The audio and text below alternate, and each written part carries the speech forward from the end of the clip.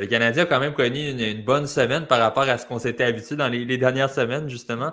Victoire de 3-2 contre Tampa Bay mardi dernier, défaite de 4-2 contre les Bruins, victoire de 8-2, dont un tour du chapeau de Raphaël Harvey-Pinard contre les Blue Jackets, victoire de 4-3 en tête de barrage signé Michael Pezzetta à Buffalo, et par la suite une défaite de 3-2 hier soir contre les Flyers.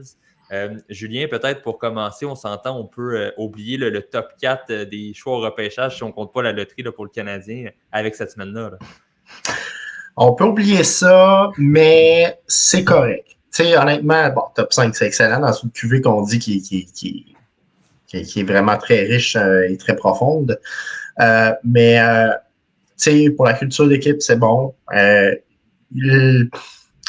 J'ai vraiment pas aimé le match hier pour les Flyers. C'était le pire de la gang. Puis le deuxième pire, je trouvais que c'était Buffalo aussi. Là. Oui, on a eu une fin de match incroyable, mais Buffalo, s'il y avait eu le bâton moins serré parce que bon, chaque match était important pour eux, ben je pense qu'il aurait gagné. Il aurait dû gagner ce match-là aussi. C'était pas les meilleurs matchs du Canadien dans cette séquence-là, mais le Canadien fait quand même bien. Columbus, j'ai jamais vu le Canadien traverser autant de lignes défensives que ça. Écoute, Columbus sont pas derniers pour rien. C'est catastrophique. Trop de joueurs de talent, pas assez de joueurs de caractère axés sur l'offense.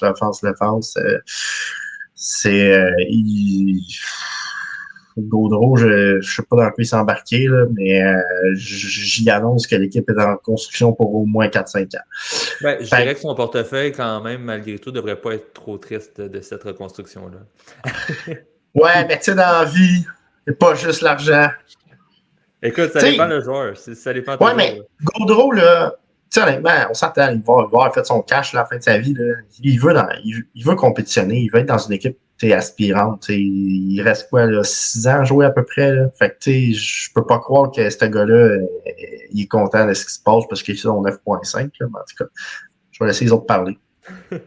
Ben, Pierre-Carl, je vais te laisser y aller. En fait, de ton côté, qu'as-tu pensé de la semaine du Canadien qui était quand même ponctuée de 5 matchs? Là? Oui, c'est une grosse semaine du Canadien, puis c'est somme toute très positif pour le Canadien. On est allé chercher un gros match à Tampa en début de semaine dernière avec l'arrivée de Brendan Gallagher. Ça a redonné un petit peu d'énergie à l'équipe. Puis d'ailleurs, lui, il va quand même bien pour un retour au jeu après avoir manqué beaucoup d'activités. Sinon, côté positif, là, j'ai bien aimé voir Nick Suzuki. Était la deuxième étoile de la dernière semaine. Il a marqué 2 buts et 6 passes en seulement 3 parties. Donc, ça fait bien de revoir Nick Suzuki produire offensivement. On sait qu'il avait beaucoup sur ses épaules lorsque, par exemple, Dak n'était pas là. Donc, ça fait du bien de le revoir puis de revoir sa production revenir, rendu déjà à, je pense, 60 points. Donc, c'est une bonne saison pour lui. À Boston, l'équipe a très bien compétitionné, plus que je le pensais. Puis sinon, pour la victoire en tir de barrage, j'ai bien aimé l'idée du Canadien quand même d'envoyer Matheson, Kovacevic, Pezzetta. Le Canadien avait beaucoup de plaisir au banc. C'est ça qu'on a besoin dans une fin de saison où on sait qu'on est dans les bas-fonds, qu'on ne fera pas les séries. Tu voyais de l'autre côté, Buffalo était très sérieux, très stressé aussi. Il ne pouvait pas échapper ce match-ci. Puis finalement, ben, c'est le Canadien qui avait du plaisir au banc qui ont sorti avec la victoire. Puis une très belle célébration de Pezzetta. Oui, sinon, parlant de Gallagher qui est de retour, on a Luc de notre côté qui est de retour. Luc, quoi tu pensais de la dernière semaine des Canadiens? Je viens de perdre mes chances à la loterie d'avoir raison que le Canadien va terminer top 3 pour pouvoir repêcher. Non, je fais des blagues à part. C'est une semaine qui est intéressante. Beaucoup de compétitivité contre les Bruins de Boston. C'était surtout vraiment plus l'équipe que j'espérais voir. C'est l'équipe référence. L'alignement est pratiquement complet également. Du côté des Bruins, Tampa Bay, c'est un petit peu plus difficile par les temps qui courent. On sait qu'il y a une petite creux de vague là, dans les 3-4 dernières semaines. Et Vasilevski ne m'a pas tant impressionné non plus. Donc, le Canadien a quand même eu une bonne semaine dans son ensemble. C'est intéressant de voir lorsqu'on parle de culture, c'est-à-dire la game dans la game pour notre game, comme dirait Martin Saint-Louis au mois de novembre. On a très bien respecté ça. C'est quoi qu'on demande? Rapidité, cohésion en sortie de territoire et également une présence et un travail acharné lors de chacune des actes sur la glace. Ça, le Canadien l'a livré sur, je dirais, presque la majorité des matchs au cours des derniers 7 jours. de ce point de vue-là, c'est mission accomplie au niveau des résultats, puis surtout compte tenu du fait qu'on a peut-être la moitié d'un alignement de Ligue nationale, que le Canadien a la moitié d'un alignement Ligue nationale à la porte du Dr. Gramble, désolé. Non, pas Gramble, je ne me souviens même plus du nom du docteur du Canadien, je m'excuse sincèrement. Mais il y a du monde à l'infirmerie. Je pense que c'est Barrette. Non, c'est pas Barrette. Okay. Mais juste un champ de Monahan, puis Kirby Dach qui revient, qui ressort, qui revient, qui ressort. Je veux dire, à un moment donné, tu ne peux pas t'attendre à gagner 3 matchs sur 4 ou aller chercher le maximum de points. Dans les circonstances, c'est très bien. Et on prépare l'année prochaine, et c'est ce qui compte. Et ça permet aux Canadiens de faire de l'évaluation. Moi, Primo ne m'a pas impressionné, mais il m'a surpris, disons-le ainsi. Je m'attendais peut-être à un petit peu moins de performance de sa part. Puis il a relativement bien fait hier contre les Flyers. Donc, ça commence à être intéressant. Là. Primo doit avoir du rendement avec Kevin Poulin à Laval au cours des prochaines semaines. Bien, c'est intéressant parce que c'est un sujet, je de parler de la présence de Caden Primo hier pour le match canadien. Donc, malgré la défaite, a bien fait. J'étais curieux d'avoir votre opinion. Que fait-on justement maintenant avec Primo d'ici la fin de l'année? On sait que l'an prochain, c'est la 2e année du nouveau contrat qu'il a signé. Et il est à partir de ce moment-là, en fait, il est admissible à être soumis au ballottage donc pour redescendre dans la Ligue américaine. Donc, on doit prendre une décision. Est-ce qu'on décide de le garder ou possiblement qu'il va passer peut-être via une transaction cet été? Je vais te laisser commencer. Pierre-Carl, en fait, pour toi, qu'est-ce qu'on fait avec Primo d'ici la fin de l'année? Est-ce qu'on lui donne un maximum de chance? Pour la fin de saison, je pense qu'il pourrait aller aider le Rocket dans la course aux séries éliminatoires. Le Canadien, en ce moment, a 2 gardiens en santé. Donc, j'aime mieux voir Caden Primo pour la fin de saison jouer le plus de parties possible avec le Rocket pour espérer faire les séries éliminatoires puis avoir de l'expérience pour lui et pour les autres jeunes dans la formation, d'acquérir de l'expérience en série. Hier, il a joué un bon match. Il y avait quand même beaucoup de pression parce qu'on a 2 gardiens en santé. Là, lui, on le rappelle juste pour une partie. Donc, c'est quand même de la pression sur lui. Quand même, il a 23 ans. Donc, les gardiens, des fois, ça prend plus de temps. Donc, moi, je serais quand même patient avec lui. Puis, on va avoir des décisions à faire cet été là, pour l'année prochaine. Vu qu'il est au ballottage, ça va dépendre des offres. S'il y a de la demande pour Jake Allen, il va falloir vérifier qu'il est beaucoup aimé par l'organisation, par ses coéquipiers. Mais des fois, c'est un côté business, il va falloir vérifier ça. Puis, l'année prochaine, on ne s'attend pas que le Canadien finisse au premier rang là, de sa division. Donc, on pourrait l'essayer Primo avec Montembeault. Montembeault a prouvé qu'il pouvait gauler un 50-55 parties. C'est de voir s'il y a vraiment le spot de numéro 1, voir comment il va jouer. Là. C'est sûr que c'est pas la même pression que quand tu as un Jake Allen à côté de toi là, qui peut aussi bien jouer. Là. Ça va être à voir. Non. Luc, de ton côté, justement, que penses-tu qu'on va faire? Tu parlais justement qu'on a de plus en plus un bon échantillon de Caden Primo. Est-ce que tu t'attends à le voir jouer quelques matchs encore à Montréal pour le tester d'ici la fin de l'année? Non, d'ici la fin de l'année, c'est terminé. Il redescend à Laval. Il va rester à Laval et je veux une alternance Poulin-Primo parce que Poulin, il faut le dire, a très bien fait depuis le début. Depuis qu'il est avec le Rocket, Kevin Poulin a rarement déçu. Ça, c'est un point qui est très notable. Et donc, il va se concentrer sur la course au Rocket. Deuxièmement, oubliez ça, un duo Montembeault Primo, ça n'arrivera jamais. Simplement parce que je ne veux pas revivre encore une fois la crise qu'on a vue entre 2009 et 2011 entre Halak et Price, entre 2 jeunes gardiens de but. S'il vous plaît, Jake Allen n'aura pas le choix de rester d'une façon ou d'une autre. Ça va prendre soit le départ de Montembeault ou soit le départ de Primo, mais les deux ne seront jamais en même temps chez le Canadien, ou du moins pas dans la prochaine année, parce que sinon, ça va juste créer un débat et ça va enflammer. Et inutilement, ça va faire jaser, inutilement être déconcentré et servir de distraction dans le vestiaire. Julien? Moi, je suis fâché de comment on a géré Primo depuis qu'on l'a acquis au repêchage. Moi, ça, c'est là que je suis fâché, puis ça, c'est Bergevin. Il n'a pas pensé à l'après-Price, quand il y avait Primo dans ses rangs. Pendant la pandémie, Primo a été mal géré. On aurait pu signer un 4e gardien qui aurait joué au Rocket, puis que justement, c'est lui qui est rappelé plutôt que Primo. Ça l'a démoli. de se faire appeler, de se faire...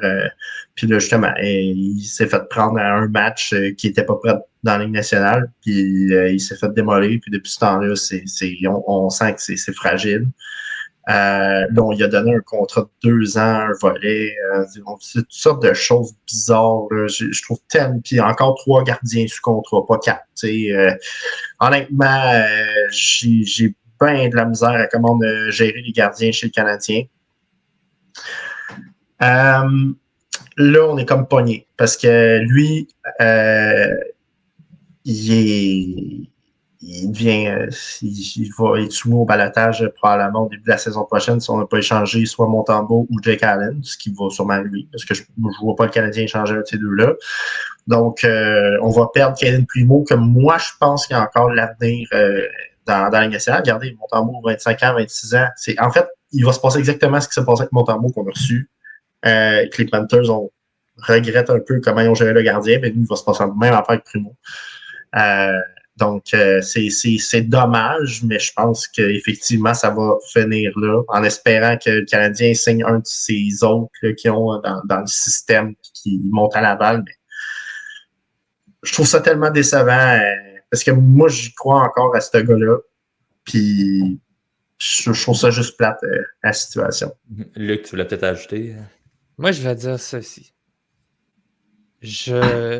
Primo commence l'année prochaine à Laval.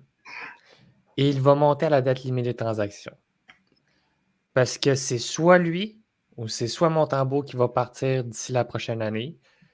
Et, chose que je ferai immédiatement pour l'an prochain, je signe Kevin Poulin à un contrat à 2 volets. C'est plate, il va embarquer sur ton roster 50, mais encore cette année, tu avais encore de la place pour un gardien de but, un 4e gardien de but. Tu n'utilisais pas ton roster 50 admissible à la Ligue nationale de hockey. Fait que ce point de vue-là, moi, c'est quelque chose que je corrigerai immédiatement chez Kent Hughes pour la prochaine année.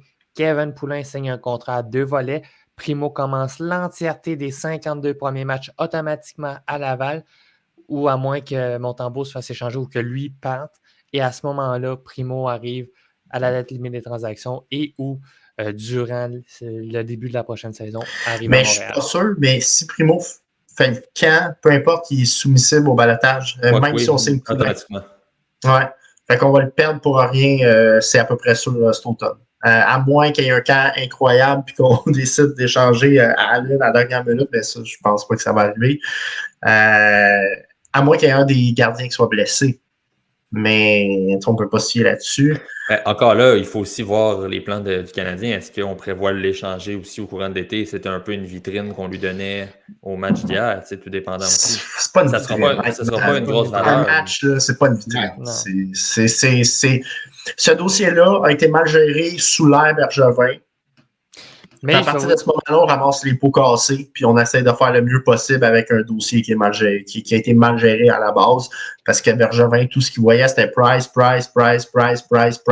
alors qu'il avait son dossier médical tout le long, puis il était comme, ouais, mais c'était avec Price qu'on a gagné, c'était avec ci, c'était avec ça. Je meurs avec Price. Ben, il est mort avec Price, mais l'équipe aussi. C'est ça le problème. Primo, il n'aurait pas été prêt pour jouer avec le Canadien, même si on avait Price. Il n'aurait pas monté à l'âge qu'il avait, puis il n'était pas prêt pour disputer des matchs dans la Ligue nationale à ce moment-là. Non, mais c'est que justement, je dis, c'est que Bergevin, à l'époque, aurait dû un 4e gardien. Comme ça, on n'aurait pas eu besoin de monter Caden Primo pendant la pandémie dans le taxi squad. Si jamais il arrive quelque chose, puis il donnait un match qui était clairement pas prêt. Tu sais, en plus, Caden Primo, là, il était assis sur le banc. Là. Il jouait ni à Laval, ni à ça, en fait, ni à Montréal. Puis là, il arrive, puis il faut qu'il goal. Puis là, il se fait donner 6 buts de merde dans 3 minutes. Puis là, après ça, ben, c'est terminé. Là. Ben, je parlerais même, avant même de parler du fait d'avoir un 4e gardien, simplement qu'à Laval, on avait 3 jeunes gardiens à un certain moment avec Lindgren, McNevin et Primo pour 2 postes. Et encore là, on a fait le même problème avec McNevin qui était allé par la suite dans la East Coast très longtemps parce qu'on n'avait plus de place à Montréal. On a joué avec lui encore une fois. Bon, on s'est retrouvé à Calgary et la East Coast et ça n'a pas fonctionné quand même dans son cas. Mais ça reste quand même qu'on a eu une bataille de jeunes gardiens dans les rangs, dans la Ligue américaine. Et il n'y en a aucun de ces jeunes-là qui était déjà prêt à faire la Ligue nationale. Et encore là, ça faisait simplement trop de trafic en bas.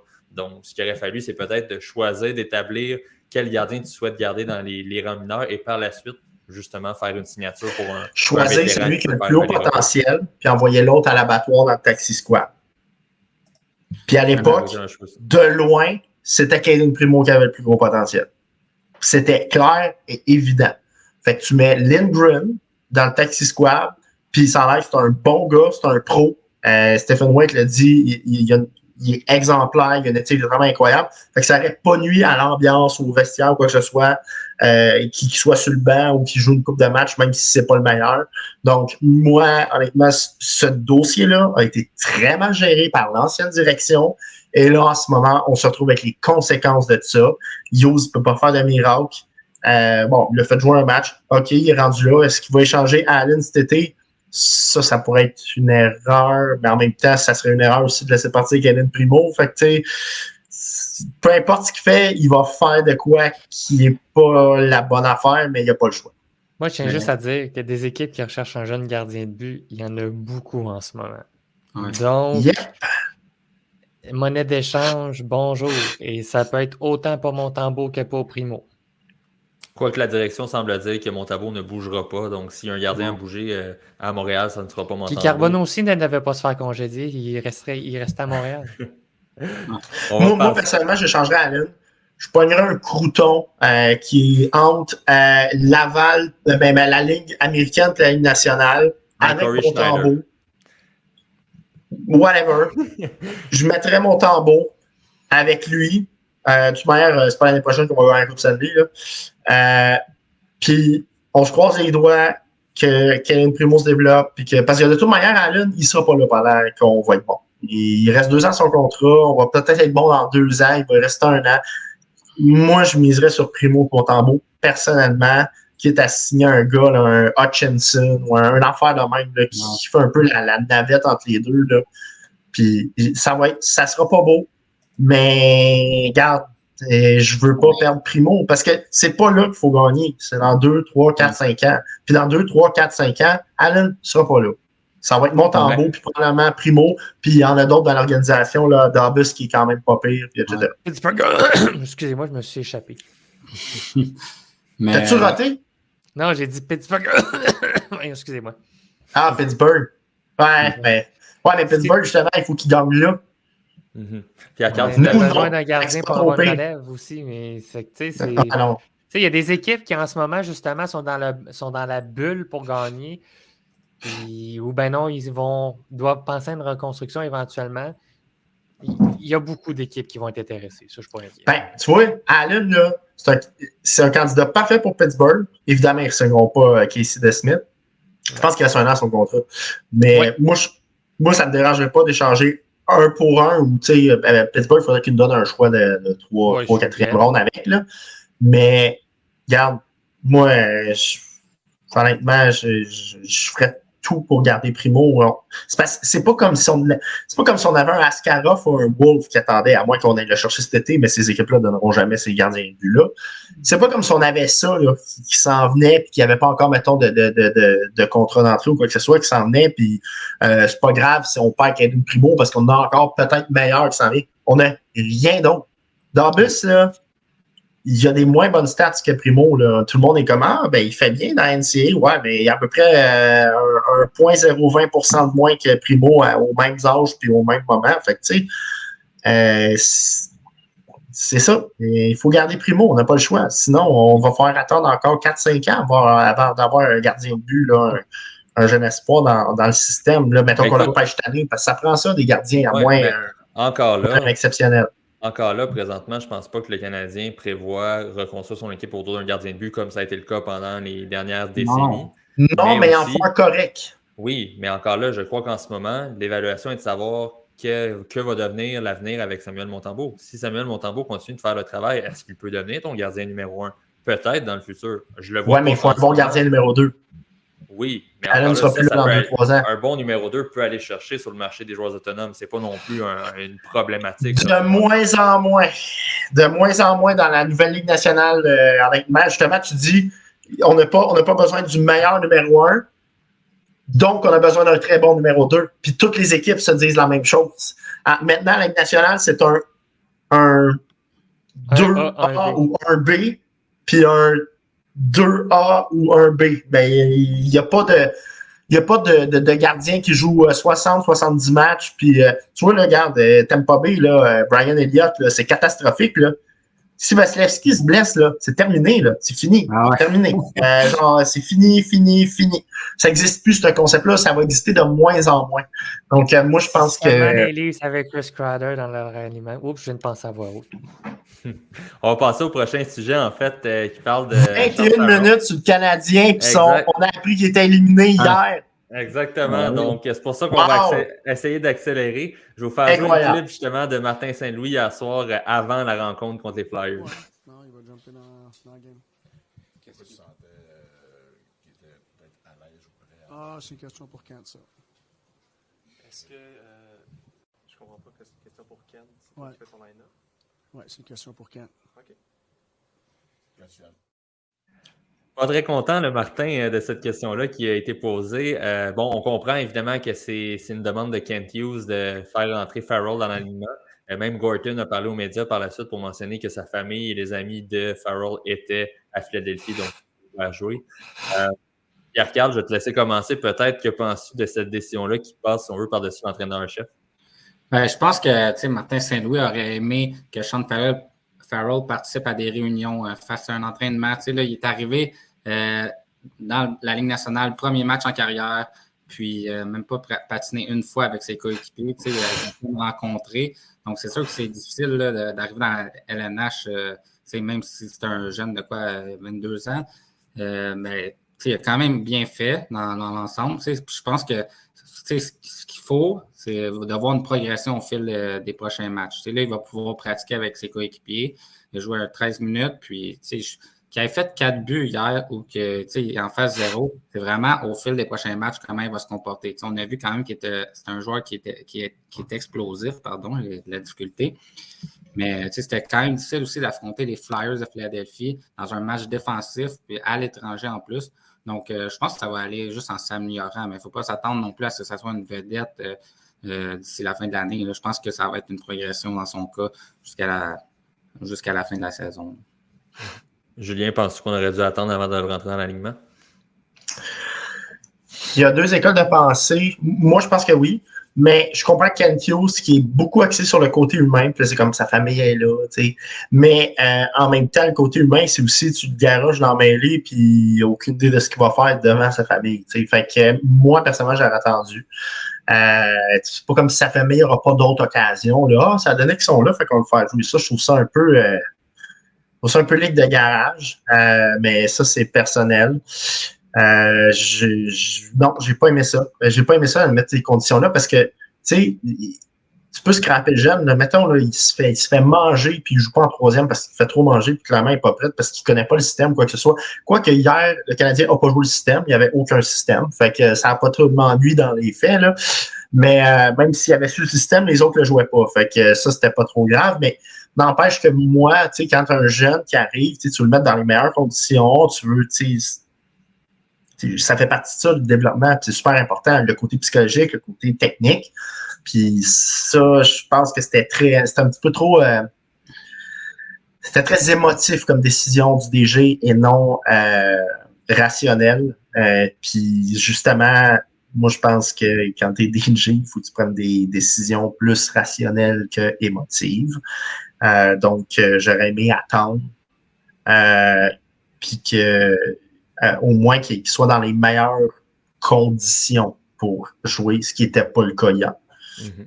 Luc, je te pose la question dans le sens inverse. Qu'as-tu pensé de la réaction de Martin Saint-Louis à la question posée par les médias? Penses-tu que c'est peut-être une des premières fois qu'il a peut-être moins bien géré une situation de son côté? Martin Saint-Louis, bienvenue dans la Ligue nationale de hockey et non plus avec des bantams M13. Ouais. C'est probablement ce que je dirais sur la réaction de Martin Saint-Louis. C'est ça, un travail entre entraîneur-chef et DG. Tu dois aller aux membres et aller tenter de frapper la balle, même si c'est Chapman à 107 000 à l'heure qui lance la balle. Tu n'as pas le choix d'essayer de la cogner. Et c'est un peu dans ce à quoi Martin Saint-Louis a dû faire face hier après-midi. C'est pas compliqué. Le petit jeune voulait peut-être avoir un 25 000 de bonus de plus et ça faisait partie de l'entente. C'était ce qu'on appelle le player bonus en termes de performance pour Sean Farrell, lui qui vient du Massachusetts. Donc, écoute, c'est probablement pour faire plaisir au petit garçon puisqu'il arrête l'université. Donc, une petite session universitaire de payer dès le départ pour compenser le fait que tu ne seras pas là pendant un an. C'est à peu près ça, mais sérieusement, écoute, c'est plate pour Martin. Tu veux tout le temps, quand tu bâtis une culture, tu veux qu'elle s'applique pour tout le monde. Donc, de ce point de vue-là, effectivement, c'est peut-être plus difficile à avaler. Mais en même temps, il y a des jeunes qui ont passé par là qui comprennent très bien aussi qu'est-ce qui s'est passé dans le cas de Sean Farrell. Mais c'est pour ça que je dis que c'est stupide, parce qu'à court terme, ça ne change absolument rien. Il aurait pu jouer juste le match de jeudi, faire la pratique de mercredi, puis ça aurait été correct, tu sais.